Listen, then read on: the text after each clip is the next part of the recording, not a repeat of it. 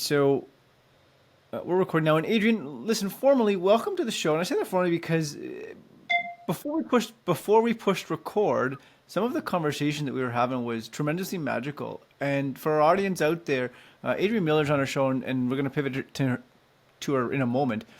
What I want to introduce and illuminate is the way our conversation started was like, hey, it's a Monday morning. How does that make you feel? And your human brain goes so many different directions. You can go the ho hum, it's a Monday, it's gloomy. It's true. In Toronto, it's gloomy, and Adrian's in New York, and it's gloomy. And Adrian was talking about sort of pivoting around the uncertainty in life, which is tremendously exciting because we have, options how we choose to show up with our mindsets is like, poor me, victim me, look at all the, oh my God, it's raining, what are we going to do? Or like, hey, so what? Now what?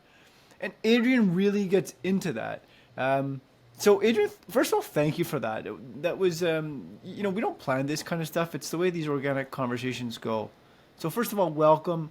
And thanks for kickstarting with some great energy. Thank you. Thank you. Now, Well, thank you. As I just said before, I don't really do the other way very well, so I'm glad we just got into a conversation right at the beginning. yeah, well, that's the whole thing. It's like, oh my gosh, it's Monday morning. And look, the construction world, which is a commonality that I'm talking about for the purposes of our audience out there who, you come on a site in a Monday morning and it's like you're kind of dragging your boots and your chin's down and your chest is collapsing. You're maybe holding a coffee, maybe not, but it's like, oh, it's a Monday morning. And what do you get? Sometimes you get a grunt. Whether it's a construction site, a schoolyard, a bank, any other institution out there, it's like, okay, folks, let's give our heads a shake and say, whether it's Monday, Tuesday, Wednesday, Thursday, Friday, Saturday, Sunday, what difference does it make? Did you wake up today? Did you get out of bed? Like, holy smokes, what's actually going really well? Rather than, oh my gosh, we've got this tremendous event that's just going to exhaust us or this task to do. All right, so how do we pivot around that? Adrian, magical.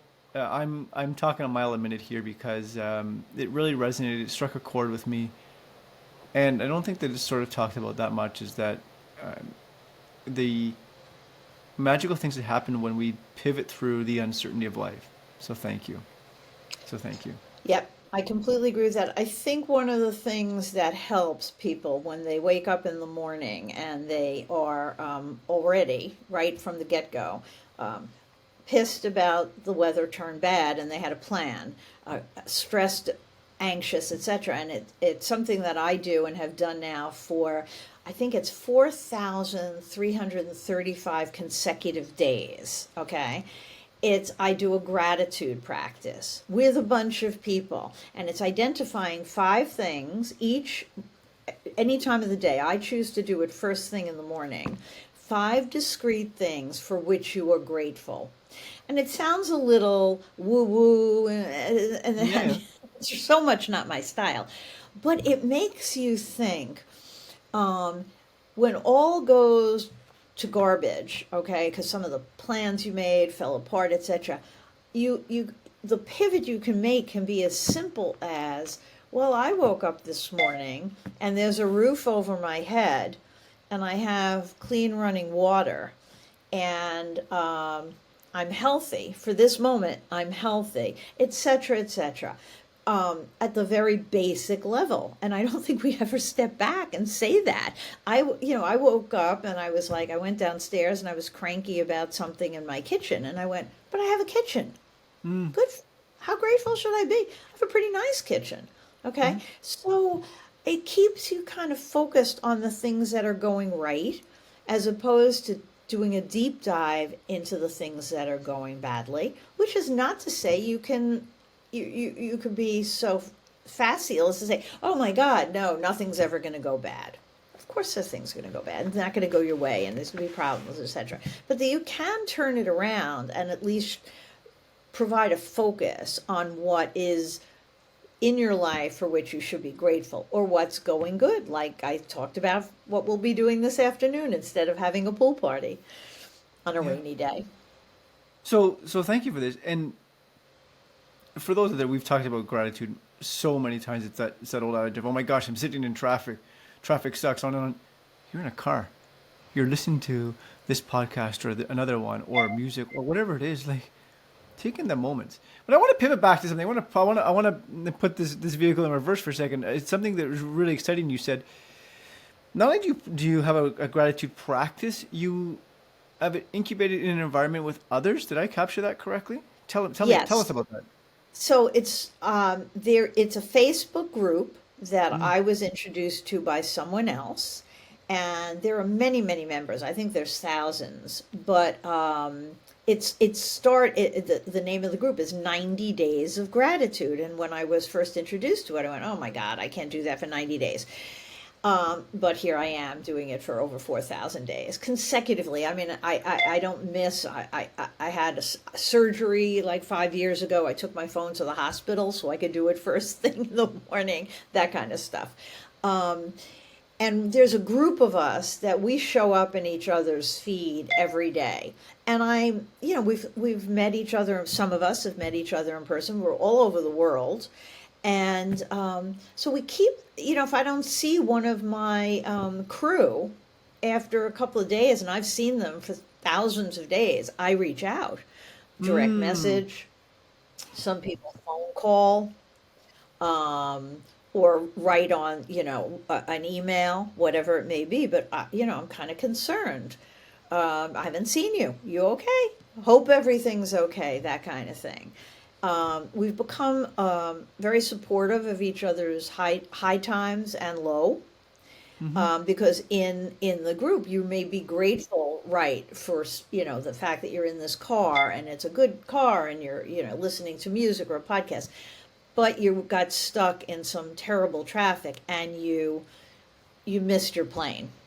Okay, now, yes, you can say you were going somewhere, etc. But you can play that out forever. But at the end of the day, that caused a very big upset.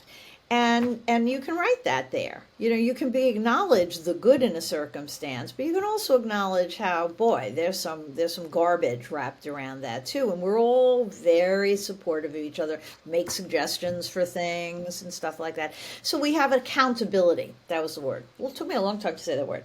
We have accountability with and to each other. Not accountability that taskmaster kind of thing, but to look at the good, to see the bad if it exists, and see how we can pivot and reframe it. Yeah.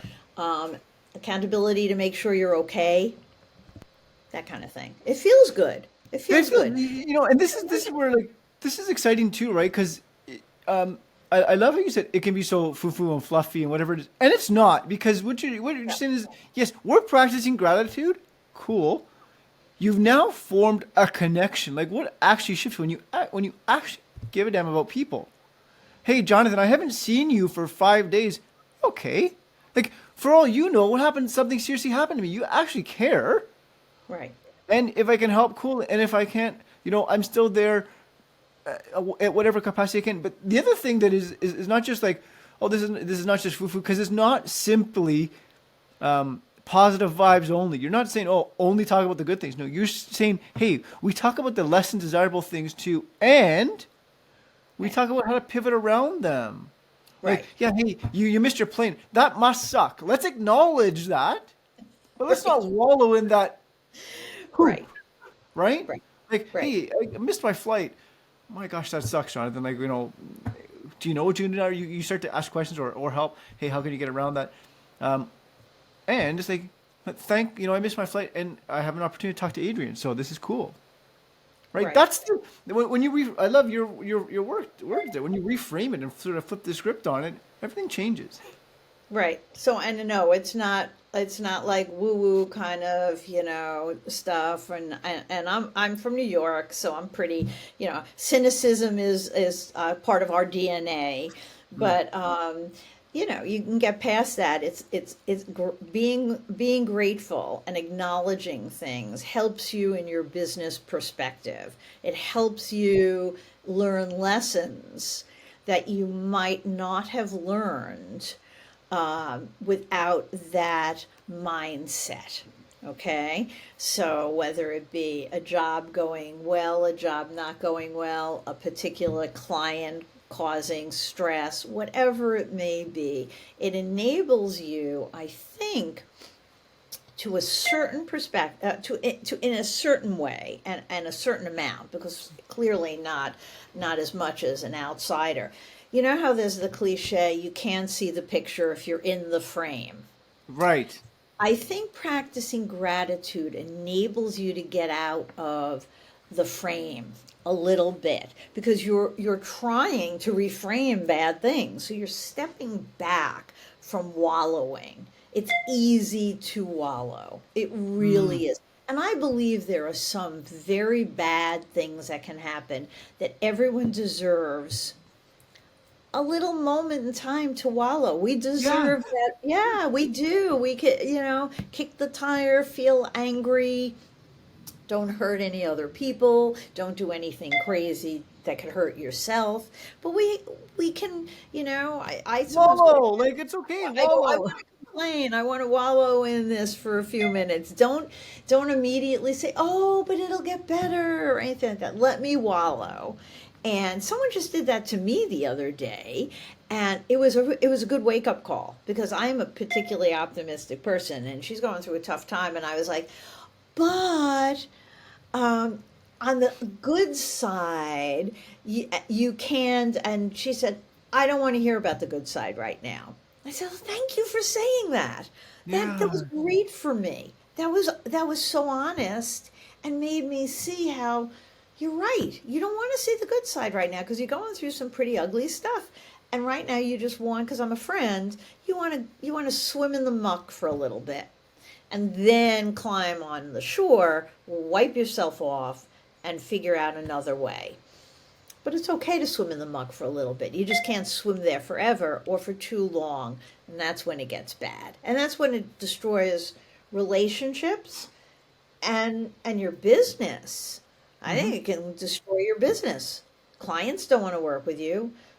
Referral sources don't want to give you introductions. Yeah. Networking contacts kind of back away if they see you walking into a room. People won't even open your email. So once you get branded as someone that does that, has that attitude, it's hard to get rid of that brand. Yeah. And I want to, and we're gonna get there in a moment. Just something that, again, really resonate when you said it's, you're that friend looking into, Jonathan. I see you're in the mud, right? I'm here to pull you out when you're ready, but enjoy the mud, roll around in it, and then it's, a friend and a support network checks in and says, okay, Jonathan, you've been in the mud for a little while. Are you done with it? Not yet. Okay. How's it feel? Is it cold? Is it uncomfortable yet? Right? And then if it gets too Hmm. long, hey, listen, I really care about you. I'm bringing a hose over to wash you off because it's time we get Right, you out, right? It's time right, we get you out. So it's like right. it's not. I think that that's the really exciting part. Is that it's okay to go play in the mud. It sucks. Get that mud in every place you can and punch the mud and do whatever it is. Just don't hurt yourself. And at some point in time, when it gets cold and it gets, starts to become uncomfortable, get yourself out. And if you don't know how to get yourself out, then ask for a hose from somebody nearby. So this is exciting, right? And now, you Yep. know, pivot this into the business world, right? Like, you business growth architect, pretty powerful, and succinctly unpack, like, Adrian, what the heck? Tell us all about business growth architect. What does this really mean? How do you start Okay. all this? All Like, right. there's a lot there. Okay. Okay. So first, my apologies to people who are listening who are real architects. My husband is a real architect and particularly doesn't like that phrase at all. He always makes fun of it. However, maybe it was because of him or thinking about what an architect does in Mm, terms of drawing a blueprint to get something built, right? You have and it yeah. has to have every building has to have a foundation. It has to be built in a certain way that it is not going to fall down, etc. So I was thinking about what I do with my clients in consulting and in training, and there seem to be some similarities. And I just took the phrase. I mean, I couldn't help it. And I was I've been in business a long time.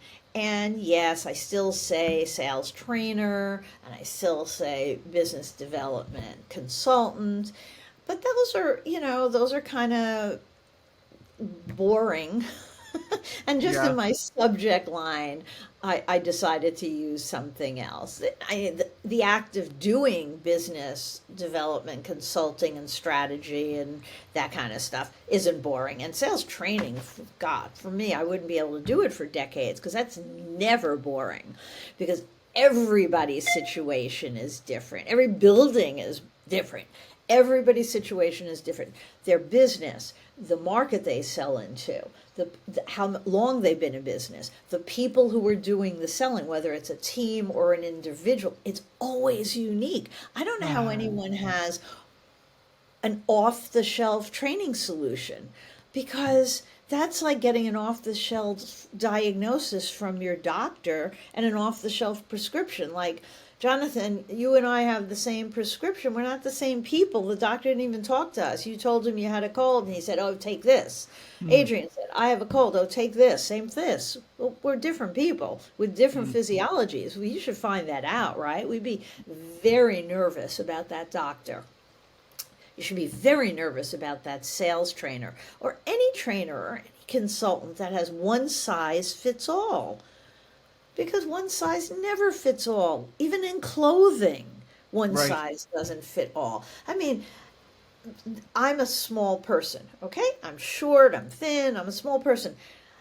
Something that fits somebody who's, I'm 5'2", someone who fits somebody who's 6 feet tall and maybe 200 pounds does not fit a 5'2" person who's 110 pounds. No way. Right. You can put it on, but it looks like a tent. So I've always thought that business growth architect, first of all, it makes people say, what exactly do you do? Which is a good thing because then I can tell them. And it is kind of appropriate, for the end of the day of what we're doing. And it just came about one day sitting, writing, redoing my subject line in my email, as a lot of things do. Like looking at your own website or looking at your email and going, I got to change this up a little bit. Hence the change. So, and when we pivot into sort of the granular details, what we're talking about here is training, development, coaching, right? Is there other Yeah, things that I I may have don't missed? use well, no, all in the under the umbrella of business development and sales. That can include Sure. networking, has to include networking because that plays a huge part. I'm not a marketing consultant, but sales and marketing are integral. And if you have them in two Right. silos, you're not getting the same results as if you would if you integrated them. So I work in that area too. And on content, because I'm a writer, because I've written a couple of books, because I write content for clients. But it's all Mm, focused on sales and business development. I don't deal with operations or production. God knows I don't deal with accounting and finance. So it's in that silo of business, and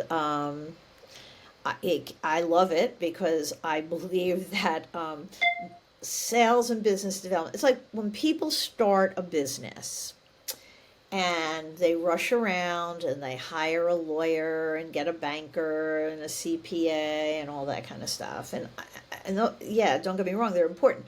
But the first thing you should be getting is clients. You don't need a lawyer for a contract if you don't have clients. If you don't have clients, you don't have a business. You have a hobby. It's nice to have mm, hobby. It's very nice. I have hobbies. It's really nice. It's swell. But the fact is, you don't have a business until somebody says, I'm going to pay you X dollars for this product or service. And so, again, you don't have to rush out and get a lawyer, and you don't have to have some fancy schmancy accounting thing or a banking thing if you have no money. You got to get some money. But people don't do that. When they start a business, they think about all these other things. It blows me away, and they're not thinking about how do they get clients. Because sometimes they're starting with one client, which is one client. That's great. What if that one client goes away for whatever reason? right. So Right. I get pretty passionate about this. This. Well, I can see that, right? And Aggressively. it's well, it's based on like you've seen it, you've done it. It's like, oh, yeah, I want to paint a picture, so I got to go get all this canvas and paints and paintbrushes and protective stuff and mocks. I'm like, why don't you start by painting the picture and then pivot through it? Like, what do you need? Oh, okay, but now I need red. Now I need blue. Right? And that that's a metaphor that Yeah. showed up for me. But so okay, so the how the hell do people get in touch with you? Like, how do they find you? What's the pain point where they say, I need more, and then Adrian comes into orbit? Take me Yeah. through that scenario. Yeah. So people usually, or people should, should think of me or anyone like me when they want more new business, and they shouldn't wait till when they're in stress or in a very vulnerable position, because they should be tracking their sales pipeline and what's going on in their business before they're in trouble. It's like waiting to see a doctor and you go to the doctor too late. I mean, you've waited, you've had these symptoms and you ignored them, and then a year later you find out, oh my gosh, now that the treatment is so much more difficult. So you either want more new business, or you want to retain and grow your existing business. You want to figure out how to get more business from people with whom you're already working. Or perhaps you want to leverage all these contacts and networkers that you are in contact with, but you're not really seeing the benefits of the relationship. So it's all about, you're looking at your business and you want to make it make it better, make it more profitable, make it more secure, not have peaks and valleys. So many businesses have very high and then go very low. So the business is like this. And you want to figure out a way how to level it out a little bit. Peaks and valleys can be very detrimental. You may have staff, workers, people you can no longer afford to pay.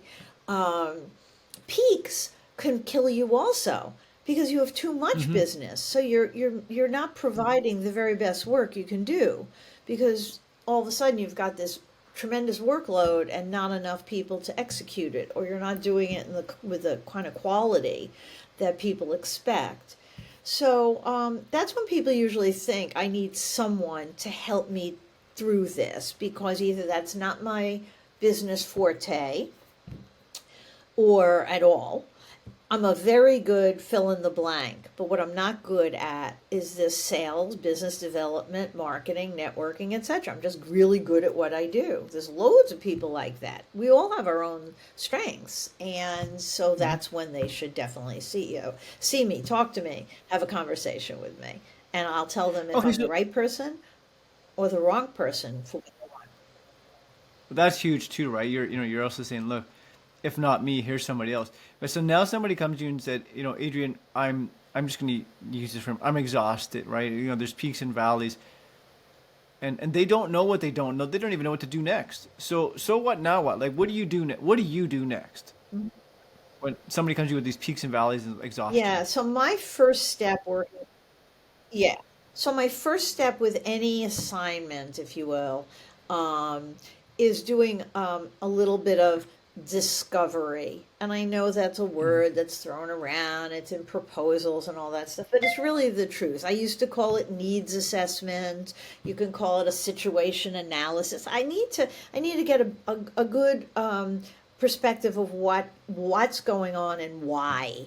And so I have to Hmm. look at key indicators, and I got to look at some stats, and I got to look at staff, and I got to look at your business model, marketing, whatever. It doesn't take that long, depending on the size of the business, of course. If I'm supposed to work with people who are involved in business development in a company, I like to have a conversation with them. It's not a huge conversation to get a sense of people are buying into what it is you do, or maybe not, and they're just not even sharing that with you. And then I can come back and make suggestions for what I think you can do next or what you can do better.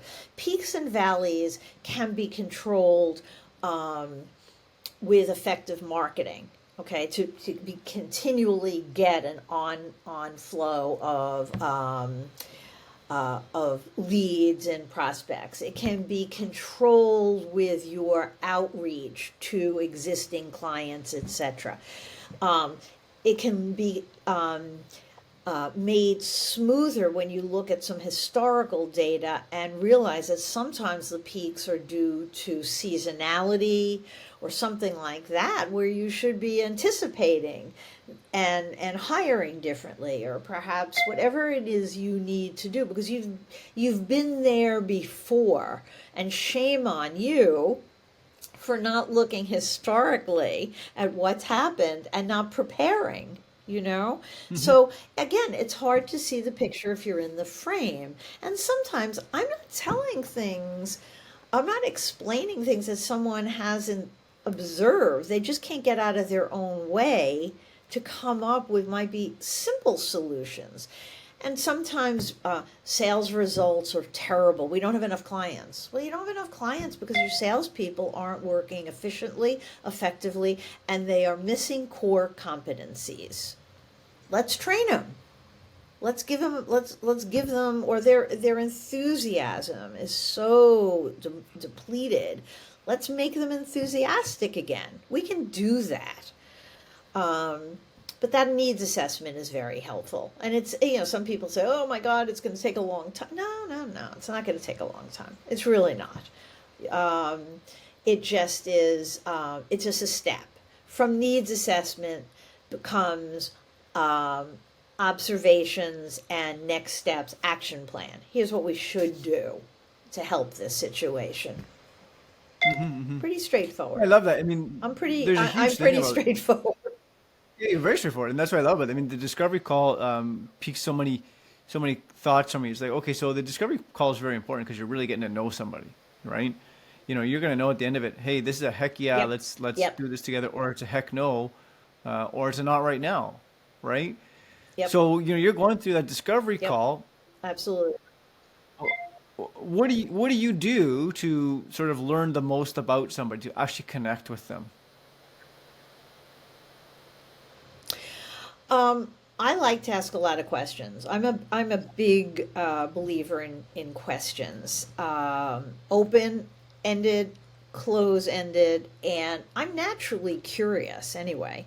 So this is not difficult for me, and I'm a natural conversationalist. And I'll ask questions like I said, where are you anyway?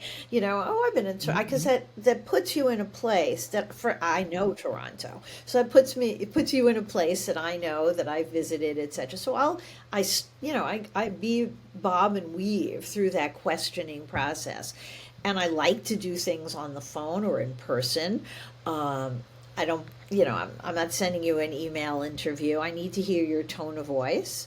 So it starts with, let's share. And people, oh, I'm too busy. Okay, no, you're not too busy for 15 minutes. Everyone has 15 minutes, okay? We can do it morning, noon, or night, weekends, whatever works for you. But everybody has 15 minutes. That's you're putting up a block there for a reason. And I need to, sometimes I'll say that, I'm willing to, do this call anytime. All right. So, the fact that you absolutely are resistant to it tells me some things. I'm trying to, and Yeah. I'm trying to stay open-minded also. My questions are very, I'm a blank slate, but you're starting to paint the picture. Okay, I have a blank canvas, and you are starting to paint it in. I will do my due diligence. Look at Google. I'll read things online. I'll look at your blog. I'll do all of that. But when I come to the conversation, I try to remain as open-minded and blank as possible, so I don't come with a preconceived notion of what I'm going to do for you. It may become Right. very apparent very quickly, but I'm not going to walk in to a room, let's say, and say, oh, I know what I'm going to do. That doesn't even seem fair. Really doesn't. And I wouldn't Well, I love that, and want to pay you don't even know the somebody to person do yet, that. right? You So right? exactly, You've already identified. You've exactly. already Well, that's when identified that. people, yeah, and people, when you have a very short kind of uh, scant scant information shared conversation, and the person comes back with a proposal about exactly what they're going to do, I'm like, wow, you didn't even ask me any questions. I'm kind of concerned that you're going to be able to do anything for me. It doesn't have to be sales or business. It could be anything to do with any home repair. It could be any area, personal or professional. You need a person who's going to be a resource to you to know your situation, your unique situation. Otherwise, it's Well, this goes back to cookie the cutter. what you talked about.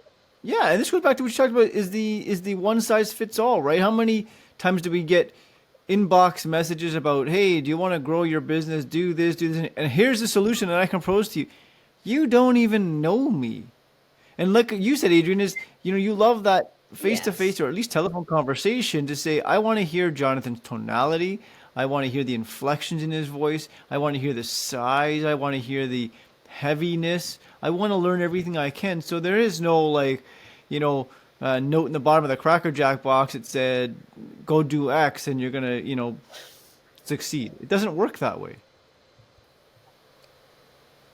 Yeah, 100%. It's exactly right. It's off-putting. It's I'm pretty active on LinkedIn. Unfortunately, on LinkedIn, exactly what you just said about that email is so very prevalent as a direct message.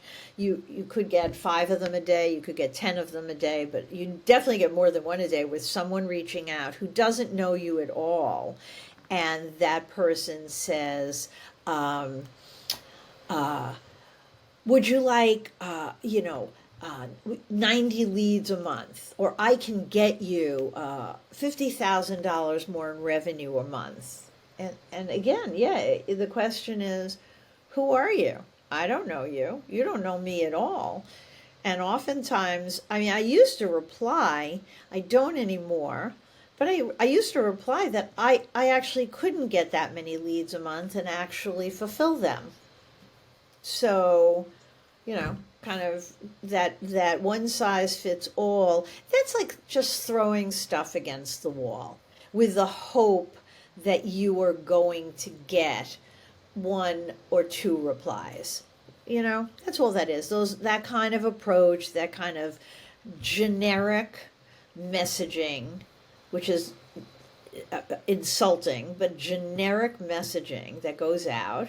Um, so you will get somebody who actually replies to that and becomes a client. The same way we used to get. I don't get them anymore so much.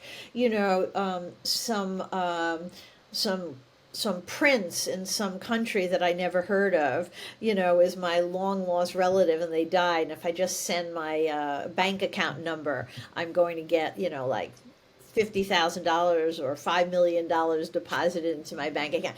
And they that gets people to do it. Now, a very tiny percentage of email that goes out, but you don't need that many responses to be a winner in that scam. Right. So, Right. yeah, Okay. it's So just like so that, now really.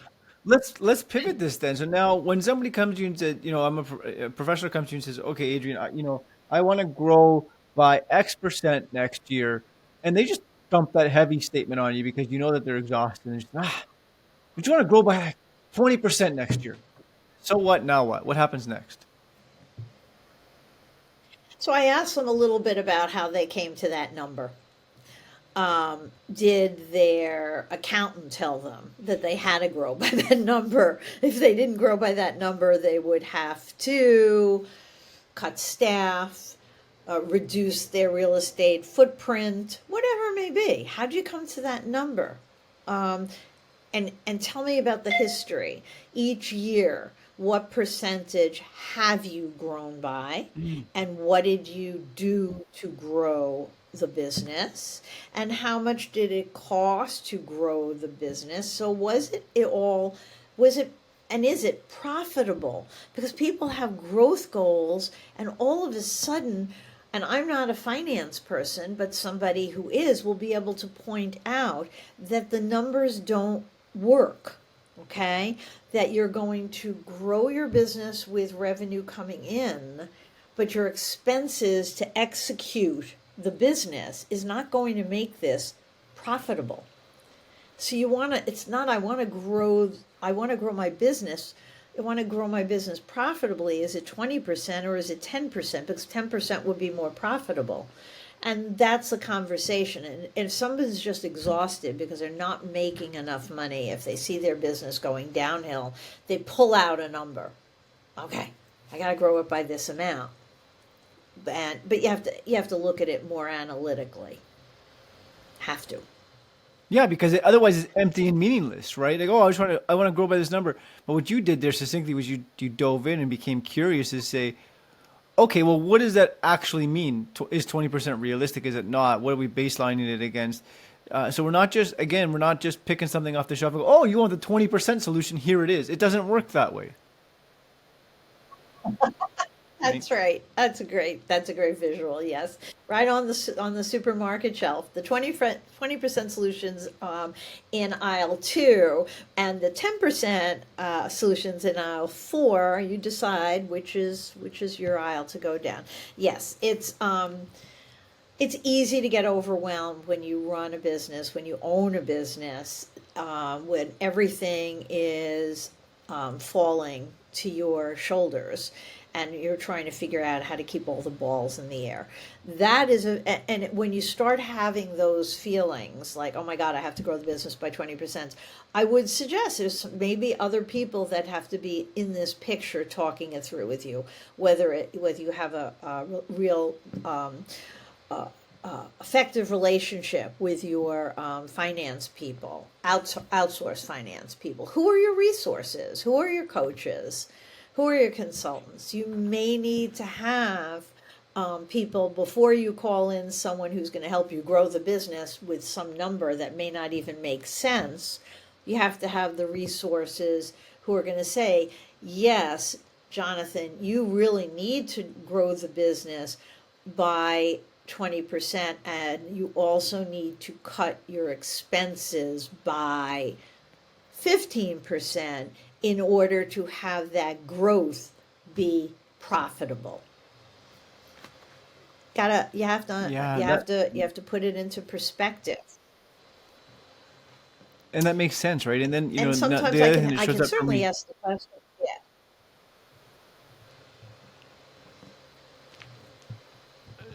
Yeah. Sorry, go. So what I was saying was, and thank you for that. There was a lag in that communication. That leads to the path of rejection, right? When somebody hears the word no or says, Adrian, I'm tired of hearing the word no. I'm tired of rejection. I'm tired. I'm just tired of it, right? I'm done with it. Whatever framework there is, it's like, okay, so what now? What, Adrian? Like, what can we leave our audience with to say, here's some reframes, here's some mindset shifts to sort of pivot around that word no. Yeah. Oh, yeah, that's a big one.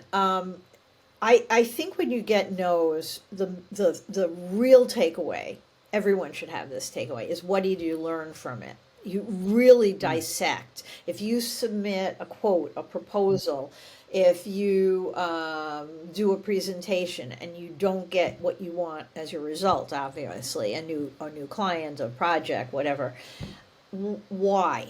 How come? You really, I mean, I like to learn why I didn't get the gig. I mean, I'll ask. I try to have the kind of relationship so that I'll say that I want you to be really honest so I can learn from the time I've taken, working this through with you. How come I didn't get it? And I've learned so many interesting things over the year, some of which have made me change some parts of my business. Others made me realize, okay, this is the way it is. I didn't get that because of these things, and I couldn't have changed anything. Look, no one has 100% close rate. You don't win 100%. And so you mostly get a lot of no's, okay? If you're not getting a lot of no's, you maybe aren't out there pitching enough. or hitting the ball enough or whatever. So I feel like learn from your no's and look at it as a positive, because you're taking away a piece of information that's going to help you to get more yeses as you move forward, and the no's will be different. If you're always getting the same no, all right, well, something has to change. If it's everybody objects to your price, either your price is too high or you're pitching the wrong people. Okay, you're selling a Rolls Royce to the audience that are buying Hondas, Kias, Camry, Toyotas, whatever, and they're not buying a Rolls Royce. They may even have the money. They just don't have the inclination to have that kind of car. So you have to dissect what the no means, and you may have to pivot so you don't have as many no's. But everybody gets no's. The best you can do is learn from them, not see them as rejection so much as maybe you are talking to the wrong people. And then change This it is up. so interesting. No's give you a lot of, yeah. Right. So interesting. And it's like, what you're saying there is pivot around it, like listen more to learn what the missed opportunities, and have the courage to follow up. And this is no longer an email follow up. This is now a telephone call or a face to face. Hey, Jonathan, I'm curious, right? What happened? What can I learn next time? Right? And maybe it's like you said, well, I wasn't looking for the Rolls Royce. Could I afford it? Yeah. Well, you know what I was looking for? I was looking for the Toyota Camry, because for this particular project, a Camry's all I need. Right? Yep. Yep, 100%, 100%. You should have the relationship that you can expect honesty and really learn from the experience. I mean, we know we're going to get no. It's as important to figure out how to handle those no's. Also, is it forever? Is it a forever no that you can never reconnect or utilize the relationship you've built to perhaps open a door further down the road? I would hope that if you've built a relationship, that you are engaged with this individual, that if it's not next month or next year, at some point in time, you can circle back. The key here, and this is a very big thing, and we didn't touch on it, is touch point management. How do you stay on the grid with people who either you haven't done business with, or you've done business with, but you're done with the project? I mean, unless you only do one-offs, which seems very expensive, or people who are networking contacts, everyone in your business sphere, how do you stay on the grid with them without becoming a pain in the butt? You can't just check in and touch base. You can't, because no one has the time for that. So you have to add value to the relationship, even before there's a relationship. You do that by making introductions, proactive introductions that are meaningful and valuable. You do that by inviting them to things that, either it's an event, a Zoom, listen to a podcast, whatever it may be, or you share information.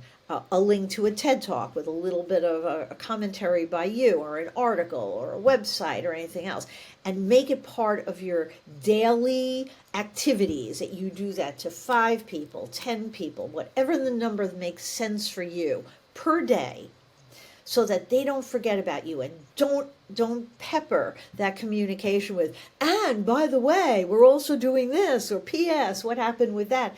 Make it very authentic, that you're reaching out because you want to show value and not just follow up for your own agenda, which sabotages it in the first place. So Yeah, but what you're saying is make it lesson. meaningful, right? You're saying make it meaningful, make Yep. it personal, Yes. connect with people, like actually care. It's not a hidden agenda to say, yeah, I want you to go here so that you sign up for this program. No, I'm simply checking in to say, hey, this may serve you well to know, so here it is. I love that, right? I think there's a huge missed Actually care. opportunity, I love actually care. right? I love actually care. That was just such a, yeah.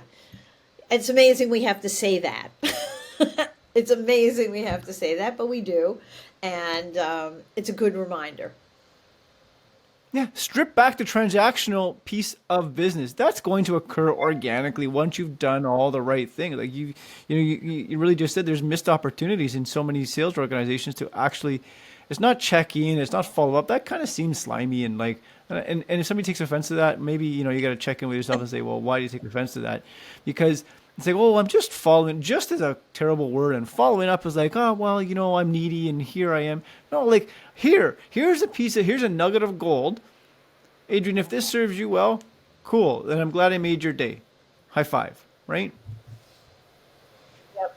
Yep. Yep. I'm glad you said just is a terrible word. It's a minimizing word. It makes anything that comes after it less important.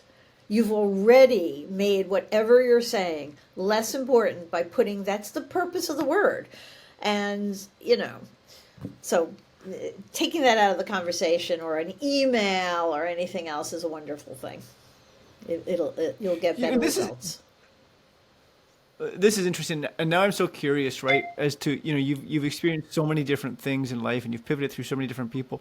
In your opinion, the technology world that we live in, and this is interesting because we talked about before we pushed the record button, how uh, I was talking about how the technology on Riverside has been a little bit glitchy, and we were talking about how you're not so technologically connected all the time. So now I'm super curious because, and I have biases that I want to check here, but for you, it's does that world we live in, that instant connectivity, does it draw people closer? Does it push people apart?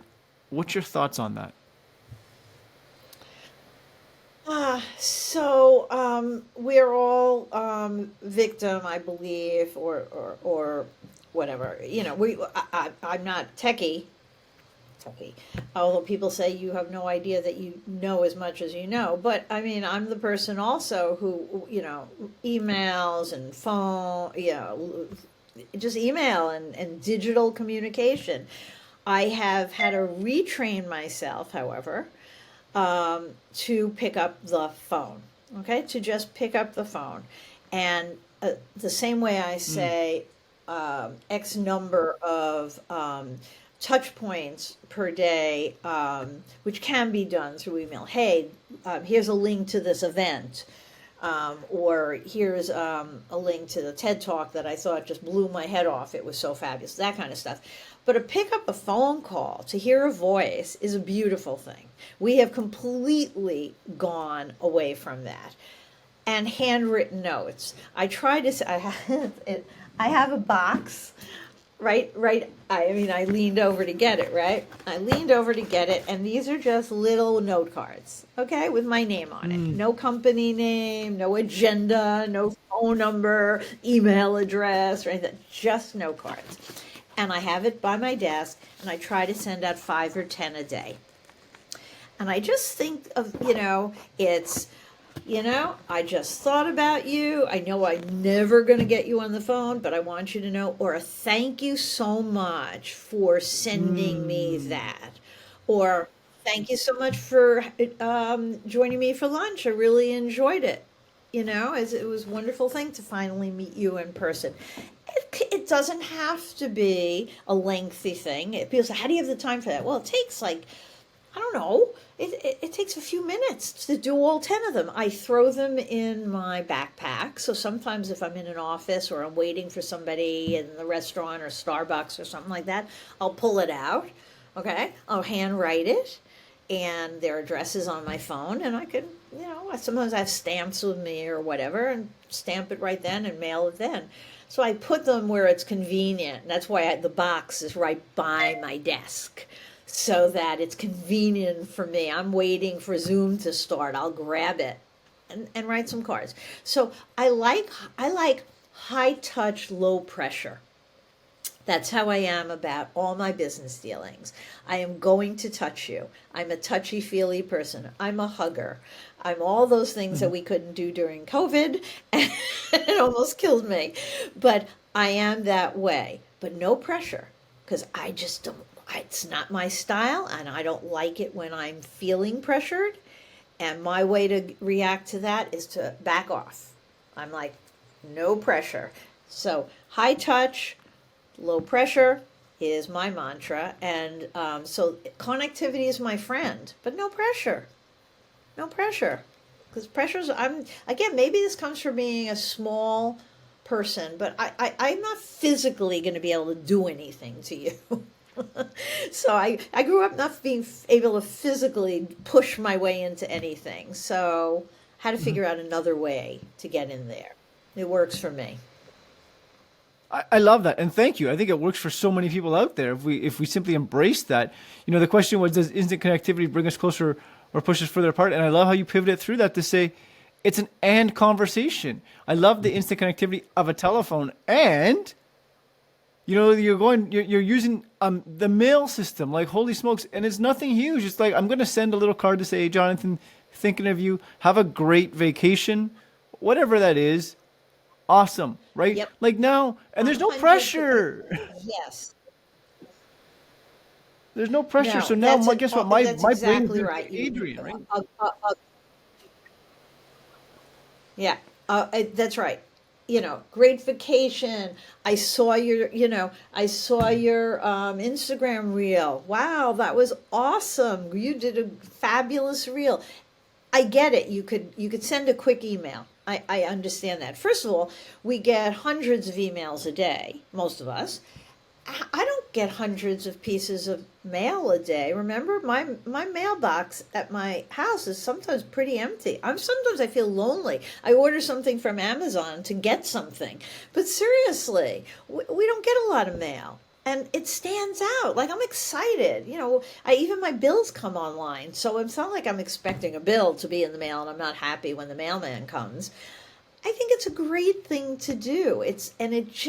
People get tickled. I have things that are around on my desk where people have sent me things. And if you really want to blow someone away, I think a physical thing, and I don't mean some kind of swag that you have. I get it. I know people have pens with their name on it, and they have Post-its with their name on it. All that's great, but I like books. I mean, I've written a couple, so I'll send a book to people with a little note that says, "I just read this book. It is awesome." And it's a book that's general. It's not necessarily about their industry. I love the Go Giver book.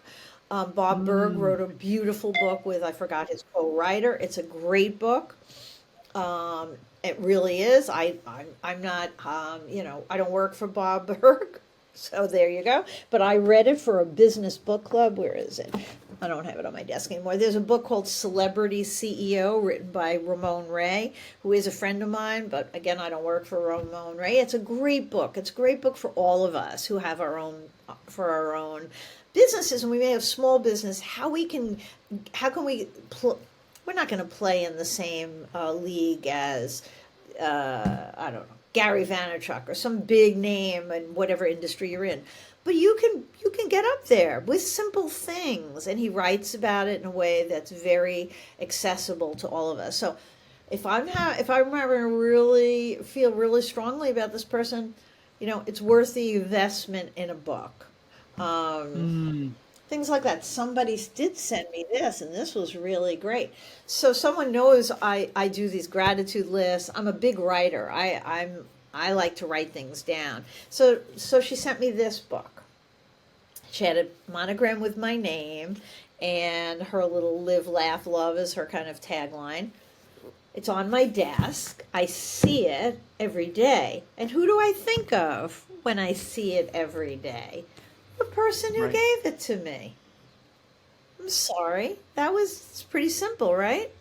So you think about who in your orbit could benefit from all this. But those little thank you notes, oh my gosh, get yourself some personalized stationery. You don't want to do that, you can get cards. It doesn't have to be a big expensive book or anything like that. Just recognize I people. love We that. want to be seen.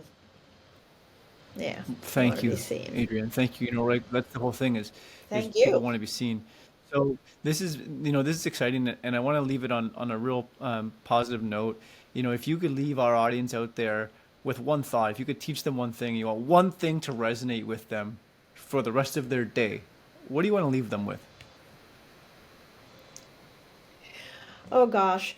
Um, I want to leave them with something that's that's going to be work, but I think that it's people who are not a traditional sales in traditional sales may not think about this, and sometimes even in sales, traditional salespeople miss this mark. Everybody is different. You have to be able to Mm, nail what makes you different in the marketplace. What makes you different? And I'll tell you what doesn't make you different. What doesn't make you different is saying, I really love my clients or I really work hard, because everybody says that. Get more honest. Okay, get more honest about what it is that makes you different. It's a very, if you come away with anything, that's like it's homework assignment, if you will, and do a brain dump. Just throw everything down that you think of, and then sit back, come back to it in an hour or the next day, and start to cross things off when you realize what you said was cliche and you really can't say it anyway. And then you'll distill down to a few things and make sure what makes you different is of value to your clients and prospects. Because if it isn't, it's fine, still can make you different, but you've got to think about coming up with something that will be of value to your prospects, because hopefully you're looking to maintain and grow your business.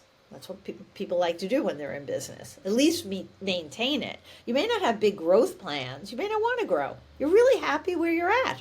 It's good. It feels good. You have everything you need and want. Your life work balance is perfect. Everything's good. You don't have to grow it, but you want to maintain it. You want to maintain it. So that's my ending words. Adrian, What makes you different, yeah, and make thank sure it's you. a value to your Holy smokes. clients. Thank you, thank you, thank you. Holy smokes. Tremendously grateful to have you here. How do people get in touch with you? Uh, so I'm on LinkedIn. It's Adrian Miller. You see me, Adrian Miller Sales Training, and I am very responsive to LinkedIn. I have a website, adrianmiller.com. It's actually right now being redone totally, but it's still there, and it's not. I'm not. It's not like disrespectful. A Miller at adrianmiller.com is my email. I answer my emails. I read my emails. I'm very obsessive about that, to be very honest with you. And my phone number. I like getting phone calls. 516, I'm in the US, in New York. 445-1135 is my phone number. I answer my calls also. And those are the best ways. And I would, oops, there's a phone call. I I hope you do reach out. I really do um, love to have conversations with people about business development and sales. It's been my passion for decades. I I feel like I play a very big part of success, my clients' success. The other thing is, I have clients for a very long time. I become part and parcel of their business growth, and we figure out a way that I can play a role ongoing, because sales isn't a one-time event. It's not, it's not one time. It goes on and on and on if you really want to grow your business. So those are the ways, and thank you so much for asking me. Well, thank you. And all that stuff will be captured in the show notes. Adrian, thank you for making the time and space to be here today. Thanks for leaving us with some great Thank nuggets of you. gold. You are an amazing human being.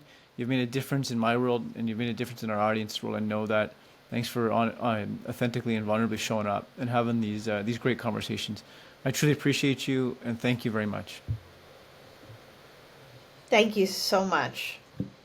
Excellent. Thanks, Adrian. Bye bye. Thank you. Bye.